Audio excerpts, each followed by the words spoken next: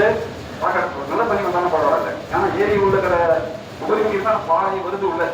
ஏரி பாதி இன்க்ரீஸ் பண்றதுக்கு ஏரிக்குள்ள இருக்கக்கூடிய பாக்கடை தண்ணி கழுவி நீர் மொத்தமா எல்லா தண்ணியும் எங்க வருது அடிச்சுக்கிட்டு இங்கதான் வருது. இங்க வந்து எல்லா வீட்டு சொம்பு உள்ளியும் போய் விழுந்துருது. ஸோ நம்ம என்ன பண்றோம், அந்த சொம்பை கிளீன் பண்ணி மறுபடியும் யூஸ் பண்ற பண்ணிதான் இருக்கும். அதெல்லாம் நம்ம இவ்வளவு கொடுமையை நம்ம வந்து பார்த்துட்டு இருக்கோம், சகிச்சுட்டு இருக்கோம். தொடர்ந்து இவங்க இப்படியே பண்ணிட்டு இருக்காங்களே அப்படின்னு சொல்லி நம்ம நடந்து போய் கோர்ட்டுக்கு போய் எல்லாம் பண்ணாங்க. இந்த மாதிரி இந்த தொடர்ந்து நமக்கான வேலையை செய்யாம வேற ஏதோ வேலையை பண்ணிட்டு இருக்காங்க. இப்படியே நம்ம வந்து கவனத்துக்கு நம்ம ஏதோ பண்ணலை, ஏதோ நம்ம வந்து கோர்ட்டுக்கு போயிட்டோம், லீகல் ஃபைட் பண்ணிட்டோம்ன்றதுக்காக அவங்க அதெல்லாம் மதிக்கவே இல்லை. புரியுதுங்களா? இப்போ என்ன பண்றாங்க, ஒரு காலத்துல கோர்ட்டு கண்டனம் போறாங்க அப்படின்னு சொன்னாலே பயப்படுவாங்க அதிகாரிகள்.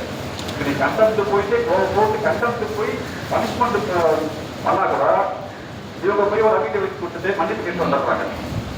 ஒரு ஆபரேஷன் கமிஷனர் கேட்டாரு இல்லையா ஜட்ஜி, என்ன கேட்டாரு, இதெல்லாம் ஒரு ஐஏஎஸ் ஆஃபீஸரே கிடையாது, யாருக்கே கிடையாது, சின்னதா இல்லை. இப்போ ஒரு 2 மாதம் முன்னாடி எப்படி கைது போட கேட்டாரா இல்லையா, 1 லட்சம் ரூபாய் போட்டாரா இல்லையா?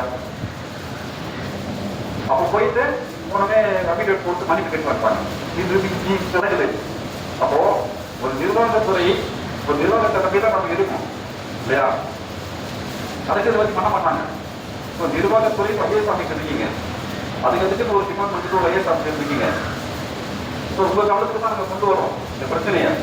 அப்போ நீங்க வந்து ஒன்றுமே செய்யலை அப்படின்னா, அப்போ நாங்கள் வந்து இவ்வளோ பேர் டாக்ஸ் கட்டுறோம், வரி கட்டுறோம், இவ்வளோ ரெசிடென்ஸ் இருக்கும், ஒரு எஜுகேஷன் பீப்புள்ஸ் வாழக்கூடிய ஒரு நகர் பகுதி இருந்து ஒன்றுமே செய்யலை. ஸோ நம்ம வந்து இப்படியே அமைதியாக இருந்தால் தெரிய வர சொல்றதுக்கா என்ன பண்ணணும். ஸோ வேற ஒரு ஐடியா கொடுத்தீங்க எனக்கு. வந்து என்ன சொன்னோம், நேராக போய் நம்ம ஒரு பஸ் ஸ்டாண்ட்லையோ ரயில் பறிக்கிறது பஸ் மறியலோ ரோட்டை மறியல் பண்ணி ஒரு மறியல் போராட்டம் பண்ணணும் அப்படின்றதான் அவங்களுடைய கோரிக்கை. அதுதான் குரூப்ல போட்டாங்க எனக்கு, இப்படியே போகக்கூடாதுன்னு சொல்லிட்டு.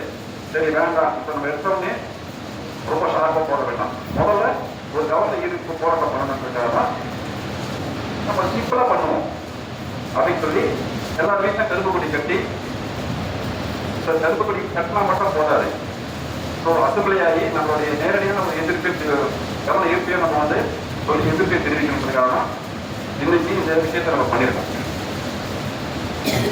இதுக்கு என்ன அவங்க நடவடிக்கை எடுத்து போறாங்கன்றது அவங்களுக்கு தெரியல. அட்லீஸ்ட் நம்ம இந்த மாதிரி ஒரு பிரச்சனை கொண்டு வந்திருக்கோம். மழை காலம் நெருங்கிடுச்சு, வரக்கூடிய மழை எப்படி பெய்யும் நம்ம யாருமே கிடைக்க முடியாது.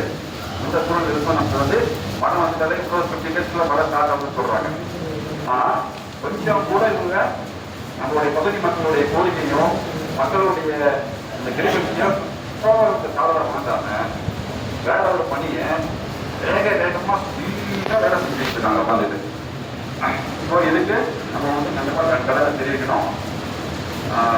ஸோ இப்போ வந்து அந்த தீர்மானம் கண்டிப்பாக நம்மள படிக்கிறேன். சம்பந்தமாக நோட்டீஸ் கொடுத்துருக்கேன். அதை வந்து நம்மளுடைய தம்பி படிப்பாருங்க. சரி ஓகே, ஒரு பையனை படிக்க போயிருந்தோம். ஓகே சொல்லுங்க, நாங்களே படிச்சோம்.